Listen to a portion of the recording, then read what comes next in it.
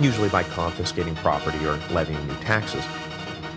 But of course, he never did have enough money to pay for it all, and he would leave the imperial treasury deep, deep in the red. By 191, Commodus was beginning to lose touch even with the masses, who had always supported an emperor as obsessed with the games as they were. They began to look sideways at his obsession with Hercules, and took as mighty impious the claim that he was actually a reincarnation of the old Greek hero. When Commodus began erecting statues across the city featuring himself dressed as Hercules, and began carrying around a great big club, which he called the Club of Hercules, the people joined in the aristocracy's concern over the sanity of their emperor. Delusions of lineage aside, Commodus's association with Hercules did introduce a new theme to the political order that in time would become a staple of imperial propaganda. As we all know, Hercules was the son of Jupiter. This meant that if Commodus was literally an incarnation of Hercules, that his true father was not Marcus Aurelius, but Jupiter himself. Commodus further implied that this meant that he did not rule by virtue of the Senate's consent or the will of the masses, or because he had the backing of the legions, but because it was the will of his father, Jupiter, greatest and best. Commodus was, in other words, a divine monarch, and he himself was a living god. It would take a little while for this new conception of where imperial sovereignty lay to catch on, but Diocletian would eventually make the business about being a divine monarch a cornerstone of his empire-wide reforms. Now, of course, unlike Commodus, Diocletian probably did not actually believe that he was divine, and that he was simply grasping for anything that would help restore the dignity of the imperial throne so he could reassert some control over the legions.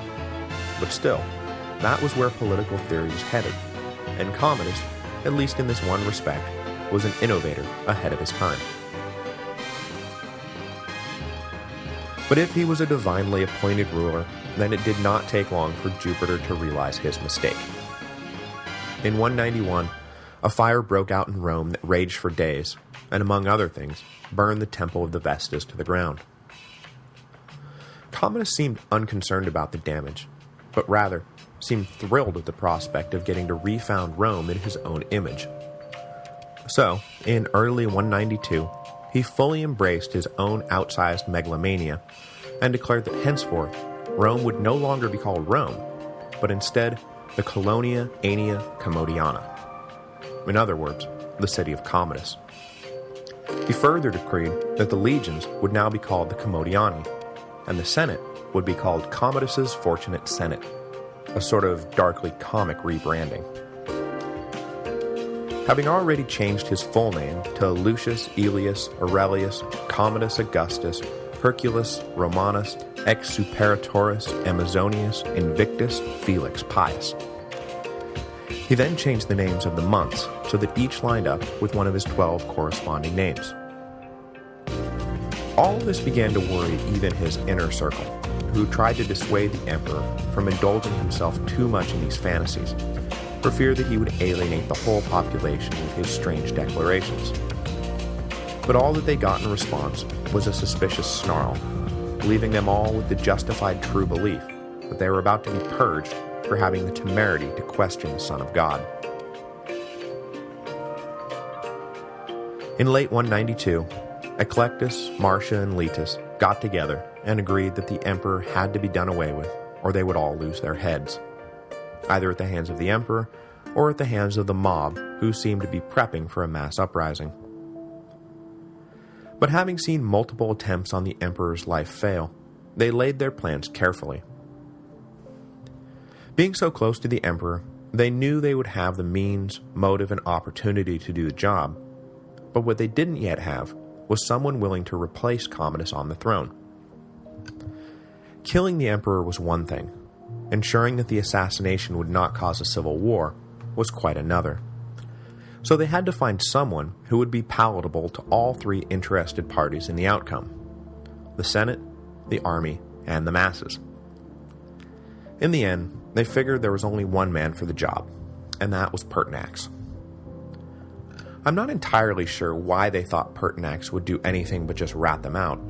This time, he concurred that Commodus's time was up. Pertinax agreed to wait in the wings and take no direct part in the killing, but when the deed was done, he pledged that when asked, he would reluctantly agree to don the purple. Even with their plans carefully laid, things got off to a bad start. On New Year's Eve 192, Marcia attempted to poison her lover, but Commodus caught wise to the poison and forced himself to vomit it all back up. Not sure who was behind the attempt, Commodus retired to his private bath so he could be alone with his paranoia. Quickly switching to Plan B, the conspirators sent Commodus's wrestling partner Narcissus into the bath with instructions to strangle the emperor. Just as with the assassination of Domitian, Commodus did not go quietly, but eventually Narcissus got the upper hand and Commodus lay dead on the floor. He was 31 years old and had ruled the empire very, very badly for 12 years. Next week, the empire will wake up with a massive hangover and try to take stock of the damage that had been done over the previous decade by Commodus and his friends. But before they could even find the aspirin, the people of Rome will be forced to endure a political situation spinning violently out of control. Pertinax will not last 100 days in power. The reign of his successor, Didius Julianus, will be even shorter.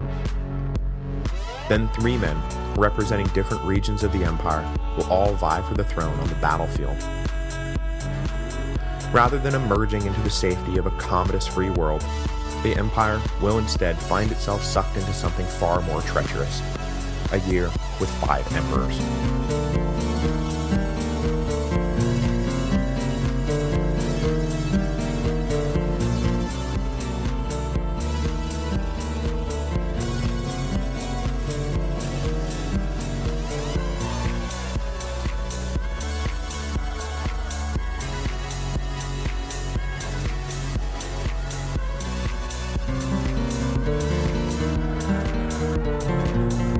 Hello, and welcome to the History of Rome, Episode 98, Purchasing Power.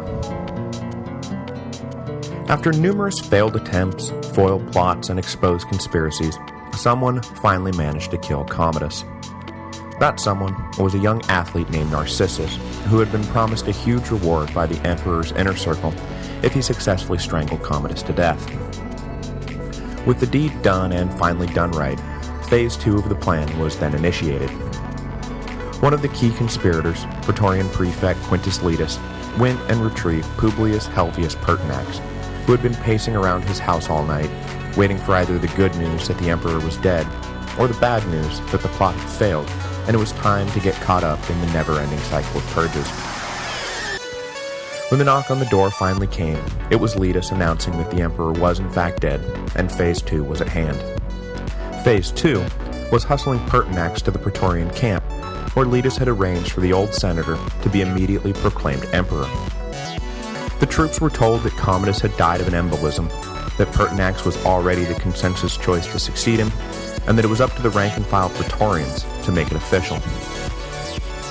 They were uneasy about all this, and were probably one of the few groups in the empire ready to shed tears for Commodus, but Letus promised them the world if they backed Pertinax, and so they did.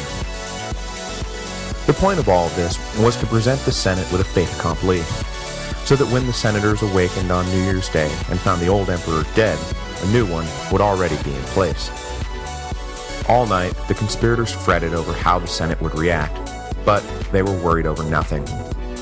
Most of the Senate, after finally being convinced that this wasn't one of the hilarious emperor's practical jokes, were thrilled at the news that mad as a hatter Commodus was dead, and that Pertinax, wise, capable, and experienced Pertinax, was the man the Praetorians were demanding they accept as the new emperor. The choice of Pertinax was ratified immediately, and in almost the same breath, the memory of Commodus was officially damned. All his crazy pronouncements about renaming Rome and the months and the legions, those were all nullified, and across the city his statues were toppled. At the dawn of a new year, a new day was dawning for the empire. Kind of. Sort of. Not really. So a few episodes ago, I just sort of slipped Pertinax into the narrative and have referred to him off and on ever since. But other than the fact that he was an able military officer, and that he did his damnedest not to get involved in plots against Commodus, I haven't really told you that much about him. By far the most interesting thing to note is that, unique among emperors, at least up until this point, he was the son of a mere freedman. Born in 126, he had planned on becoming a grammar instructor, but in his late teens, he decided to have some strings pulled for him so he could be commissioned as an officer in the legions instead. Once in uniform, he immediately proved that he was a hard-working soldier and a natural leader of men, whatever his lowly background said about him. He came to the attention of Claudius Pompeianus, who was himself of lowly origin, though not as lowly as being the son of a freedman, and he became attached to the older man's staff. As Pompeianus' star rose during the reign of Marcus Aurelius, Pertinax rose along with it. Eventually, his undeniable talent won out, and Marcus decided to enroll the young man as a senator so he could grant Pertinax a full command. In 175, he was granted a suffect consulship as a reward for his excellent service, a consulship he would coincidentally share with Didius Julianus, who we will get to in a second. His rise was not without setbacks, though, and for his entire career, he would have to deal with aristocratic bigotry against this son of a slave who had had the temerity to order around his social betters. During the reign of Marcus, he was briefly blacklisted following the machinations of some officials close to Faustina, who hated Pertinax for, among other things, his close relationship with Pompeianus, who she detested. During the early years of Commodus' reign, Pertinax essentially retired from public life. Rather than attempt to get into a political flame out of the picture, Pertinax found himself back in favor and back in demand. In all, during his long career, he served with distinction in the Parthian War and the Marcomannic Wars, and at one time or another governed the provinces of Upper Moesia, Lower Moesia, Dacia, Syria, Britain, and Africa. Far from being honorary postings, these were among the most critical territories the empire had to offer. Throughout his career, there was only one real lingering flaw in his character, at least according to the troops who served under him. Unlike many other commanders, particularly those who served at Commodus' pleasure, Pertinax was not indulgent of his troops. He demanded strict discipline in the camps and had no time for whiners or complainers. They were soldiers, and they ought to act like it. There was nothing more to say on the subject. Unfortunately, this reputation would come back to haunt him once he was emperor. Strict discipline was not, for example, what the Praetorian Guard had in mind when they went and did the old man a pretty huge favor by making him emperor of the whole empire. While the Senate needed no prodding to be ecstatic about the elevation of Pertinax, the Praetorians had to be bought off. In securing their support, Pertinax had been forced to promise a huge donative to every man in the guard. Now, more than ever, the men of the imperial bodyguard didn't care who was in power, as long as they got paid. In a few short months, the crass financial underpinnings of their morality would be displayed in a way never before imaginable. But for now, they accepted the promise of money from Pertinax, and so they supported Pertinax. Out in the provinces, word spread of Commodus' demise, and though there was no political unrest following the death of the erratic and dangerous emperor, the fact of his murder, and the fact that a man who had no connection whatsoever to the now-dead Antonine dynasty had to have sparked the imaginations of more than a few powerful governors. Shortly,